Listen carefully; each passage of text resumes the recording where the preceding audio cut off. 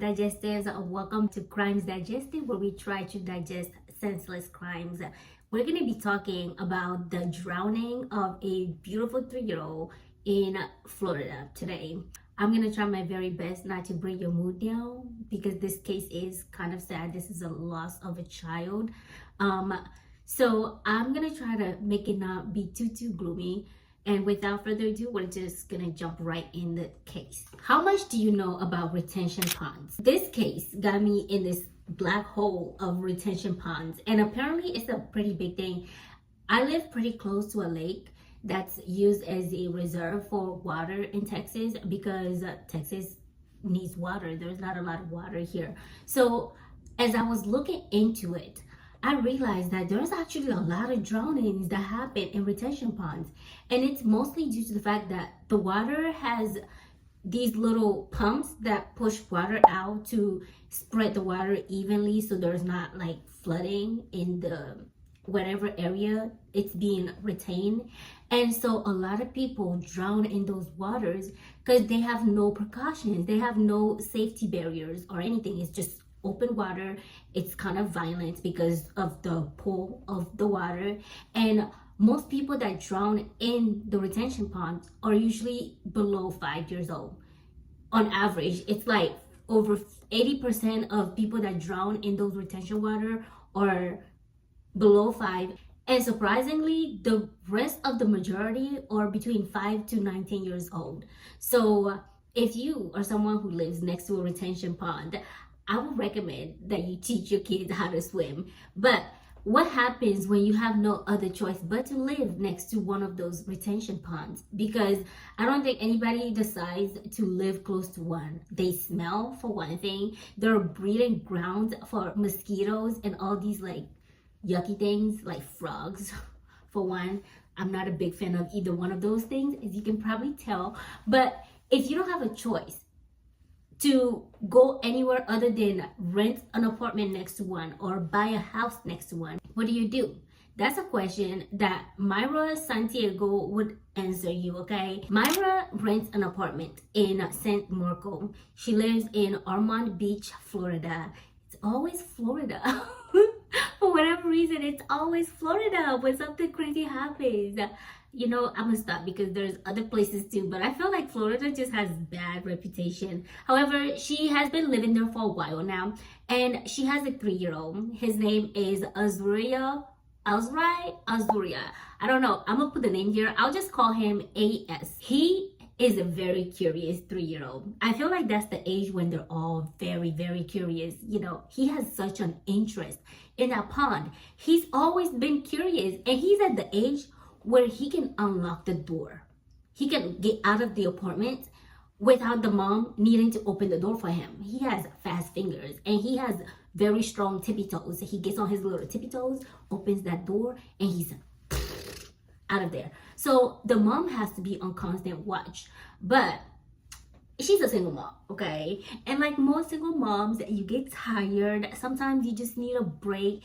And every time she takes her mind off her son, he tends to try to get out and do things that he's not supposed to do, just like any normal child. And this is what happens on the 22nd of April of 2023. So she gets home and it's Saturday evening. She's tired, but she just wants a break. So she tucks her son into bed, sneaks out of the house. I don't know if I should say sneak, but I guess we can say sneak so she doesn't disturb her baby. She gets out of the house, pulls the door shut, and she meets with one of her guy friends in Daytona Beach. They have a little romantic walk. It's a Saturday. Everybody's out. It's the weekend. People are enjoying themselves. So she wanted that little time to herself. They smoke a little bit. You know, they have fun, they walk around, they laugh. And when she gets home, it's around 1 to 2 in the morning. She's tired. Again, a single mom, busy life, and then going out. She's been up all day. She's tired. She checks to make sure her son is still in bed. And then she sneaks in her own room, jumps in bed, and she goes to sleep. Now, around 6 in the morning, he wakes her up and he's like, mommy, can I get on the iPad? This is a routine for them. She says that he will wake up 6 in the morning, like clockwork. There is not a day that he misses. He'll come into her room, he'll wake her up, he'll get his tablet and or iPad. He'll get her to log in for him, and then he'll go back to his room to play on it until he gets hungry or needs something from her. He'll come back, wake her up, and that's their routine. But on the 23rd of April 2023, he doesn't come to wake her up. He's seen on a neighbor's CCTV or camera, security camera, run past the doorway and then go towards the pond, looks around, and run straight to the pond. Now, I don't think that MYRA was cognizant enough to realize that her child didn't wake her up like he usually does, because she wakes up and at this point it's like 1:45 and she jumps up and she looks at the time and she's like, oh my god, that's so weird.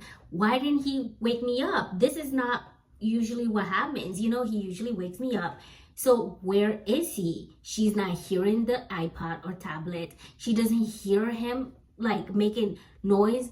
And most parents, especially parents of toddlers, will tell you, if your kid is too quiet, if the house is quiet, that's very eerie, because they're probably up to something they should not be doing. You know, they shouldn't be that quiet. Kids are very energetic. They have a lot of zest for life. So when everything is so quiet, it was eerie for her. She walks to his room and she doesn't see him. It's not a big house. This is an apartment. So she walks back out. She's looking around, can't see him. She opens the door to her apartment, and that's when she notices all these yellow tapes. Yellow tapes plus missing 3-year-old does not sound like a great combination. So she dials 911 and she calls the police. She's like, hey, I'm missing my son. I'm seeing all this yellow tape around my apartment. I just want to know what's going on. So they have her go to the police station and they start asking her questions. They want to know where she was last. When was the last time she seen her son? And she's explaining to them what I just told you. She added that she was going out and she asked one of her neighbor friends to look after her son. This was around 10:30, 11 p.m. And the neighbor said yeah, so she left her son with the neighbor and she went out. But then when she came home, she went to sleep, woke up by her son's calling and demanding for the iPad. So she turned on the iPad, handed it to him, and she went to bed, expecting him to call her again when he's ready to, eat breakfast. But he didn't do that. So she's like, I don't know what happened. Now, first of all, this is the first lie that she was caught in, okay? And I personally don't know why she told this lie, because she said that she left her son with a neighbor. When the police started their investigation, because they have to check and make sure now that like why was the kid by himself? How did this kid end up drowning? Because now they know it's her child. So they're like, that doesn't make any sense, because now they have to investigate. And when they spoke to the supposed friend, the friend's like, wait a minute, what do you mean? No. I don't even know her that well. We're just acquaintances. We're not friends. She actually messaged me on Facebook and she told me that she wanted me to tell the police that the kid was with me. Hold on, let me show you guys the message. So the police take the friend's phone or acquaintance's phone and they're reading the message, and it don't sound nothing like someone that was watching her child. She messages the friend and she goes, hey girl, listen, I need you to tell the police that my son was with you last night. I came to get him around 2 or 3 in the morning. I am in so much, I'm so stressed right now. Can you just do this? I'll explain everything to you later. So the police confront her and they're like, this friend claims that you did not leave your son with them. And so what does this mean? And she's like, I don't know why she would say that. Like, I left my son with her. And so they're like, okay, let's say you did. Okay, why did you send her these text messages? If you left your son with her, why do you need to tell her to tell us that you left your son with her? And she says, Well, that's because I wanted to make sure that she tells the right story, because she's currently mad at me. You know, we had a disagreement and she's angry with me, and I didn't want her in her anger to tell you guys a story that isn't true. That's why I contacted her to let her know, like, hey, the police are gonna come. This is very important. As she puts in her message, very important. She's stressing out. She just want her to stick with the story, okay? She want her to stick with the facts. And they're like, okay, that sounds like you're lying.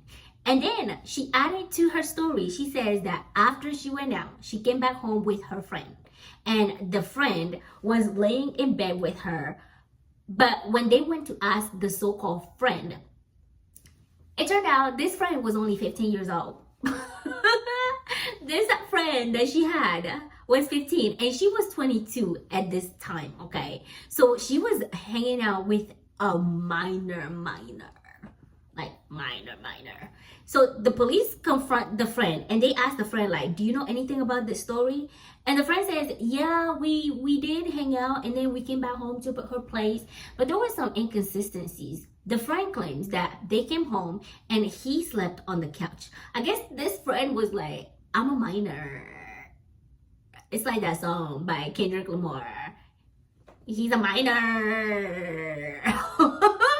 So the minor's like, I slept on the couch. We're friends. And I came to her place. I slept on the couch that night. She went to the bedroom to sleep. But she claims that he was in bed with her. So they're like, something don't sound right there. The police went to her house to investigate further. And they realized that she doesn't have any child proofing in her home. And it came out that she was multiple times told to childproof the house. She even asked the maintenance people of the apartment if she bought the childproof door lock, would they be able to put it on there for her? And they told her, yeah, they'll be able to attach it on the door for her if she bought it.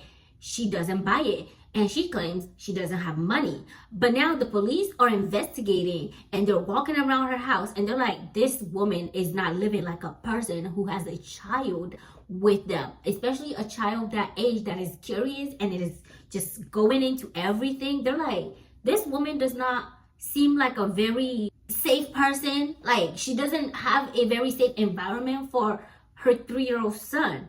And she's claiming she doesn't have any money, but when the police walked into her room or her apartment, they immediately started judging her. They're side-eyeing her because in her house, her fridge was filled with liquor, okay? When I say liquor, I'm like, liquor. Look at here, look at that, liquor, okay?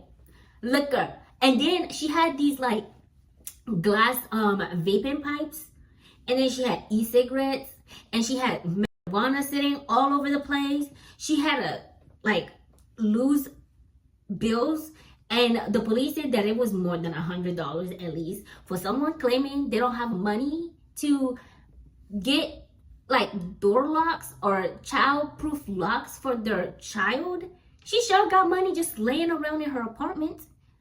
So the police don't believe her, and now they're ready to charge her.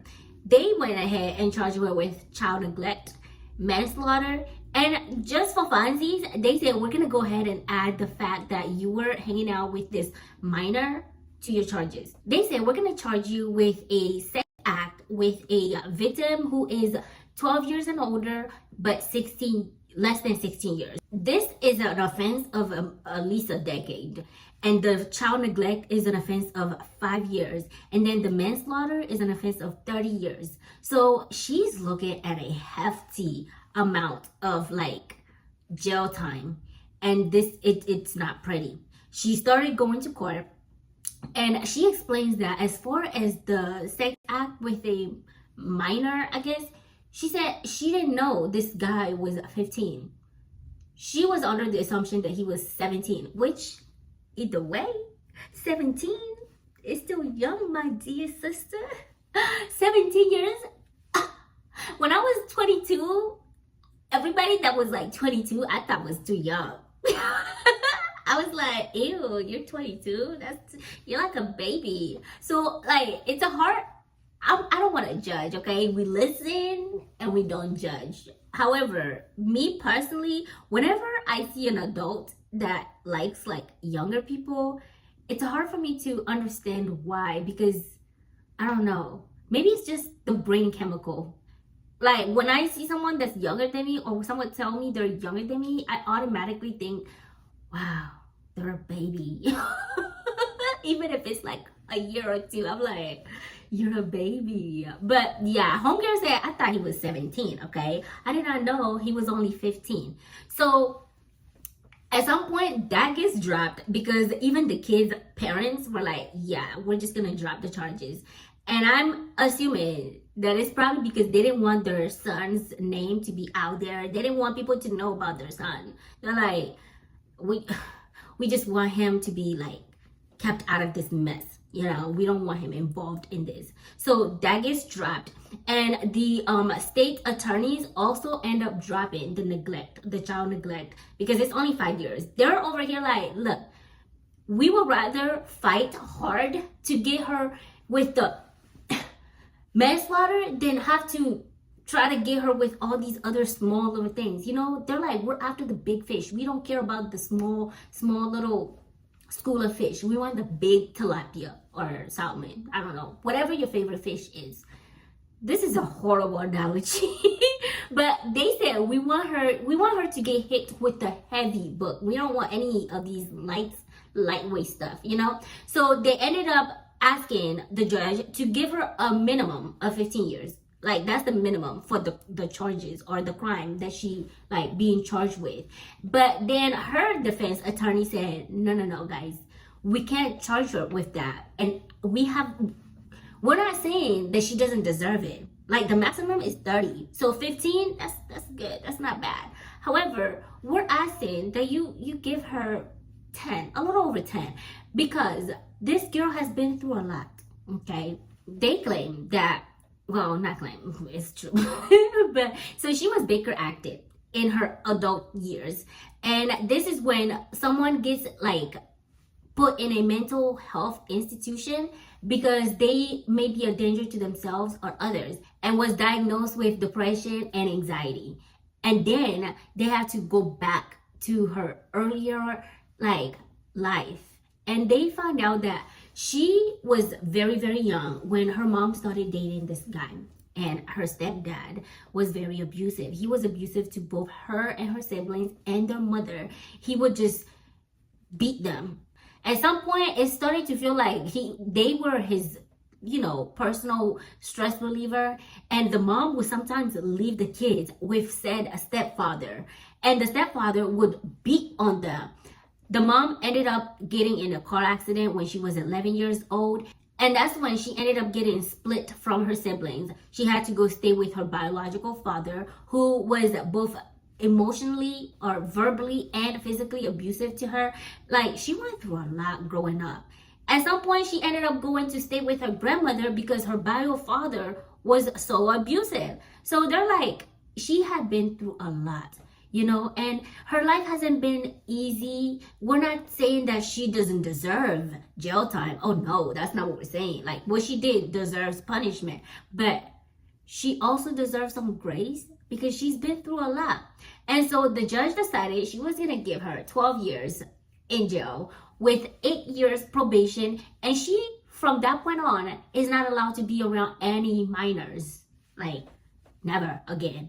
She cannot be around anybody, whether they're 16, 15, 17. No minors, okay? None whatsoever. And so during the last statement in court, she was asked if she wanted to give a statement. She did not want to be on the stand. However, she did write a statement, and her attorney read the statements to the courtroom. And she basically said that she was very, very remorseful about what she did. Like, she felt really, really guilty, and it broke her heart to admit to the fact that she's the reason why her child died. Her baby, that boy made her laugh. He made her smile. He made her happy. He was her best friend. He would give her flowers to put in her hair. He would call her pretty. He was her everything. And the fact that she has to now sit here and think about all those moments that she's gonna miss with her son. She's not gonna be able to celebrate a birthday with him. She won't be able to hold her child. That's heartbreaking for her, and she would never be able to forgive herself of all of this. She won't be able to get rid of this guilt that she's feeling. But even though the judge was merciful with her decision on as far as the sentencing go, the judge still told her, like, I know that you are remorseful, and I know this guilt is going to eat at you. I understand that. But I also know that what you did is inexcusable. You knowingly did not buy a lock to make sure that your son will be safe, claiming you don't have money. Like, that part, I don't think it makes any sense for anybody. But anyways, the judge tells her, like, what you did is inexcusable. You knowingly did not do the one thing that could have been done to protect your son. And I know that's going to eat at you every single day to know that that one decision is the reason why we are all here today. The reason why you will be paying for the remainder of your life. And in your statement, you claim that you will not be able to do all these things with your child. It was about you and what you won't be able to do. But the thing is, that boy is not alive anymore to do anything. And that is the saddest part of all of this. I was heartbroken. I'm like, oh my gosh. Whew. Yeah, but that's the case of the Florida boy who drowned in a retention pond. I want to know in the comments what your thoughts were on this case. Did you guys see or hear anything about this story? I feel like every single day we just stray further and further from just a peaceful world. And I was honestly heartbroken. I'm not gonna lie to you. As I was reading the story, okay, I may be a little bit sensitive, but I shed tears every case. Every time I read on one of these, I'm like, that's so sad. But it hits even harder when it's a child. It touches a little, the cold part of my heart that is still left there. It just thaws it for whatever reason. Well, I know why, but I just want to, I don't know. But I'm going to leave this story right here. If you did stay this far, make sure that you like the video, subscribe to my channel so you can come and find me again next time. Until then, please stay safe. If you have a child, take all the precautions. It doesn't matter if you do it intentionally or not. If something happened to your child, at the end of the day, if you don't do everything in your power to make sure your kid is safe, you will be guilty of being the reason why they are not safe. So take care of your kids, take care of yourselves, stay out of trouble, and I will see you in the next video. Until then, bye. Mwah.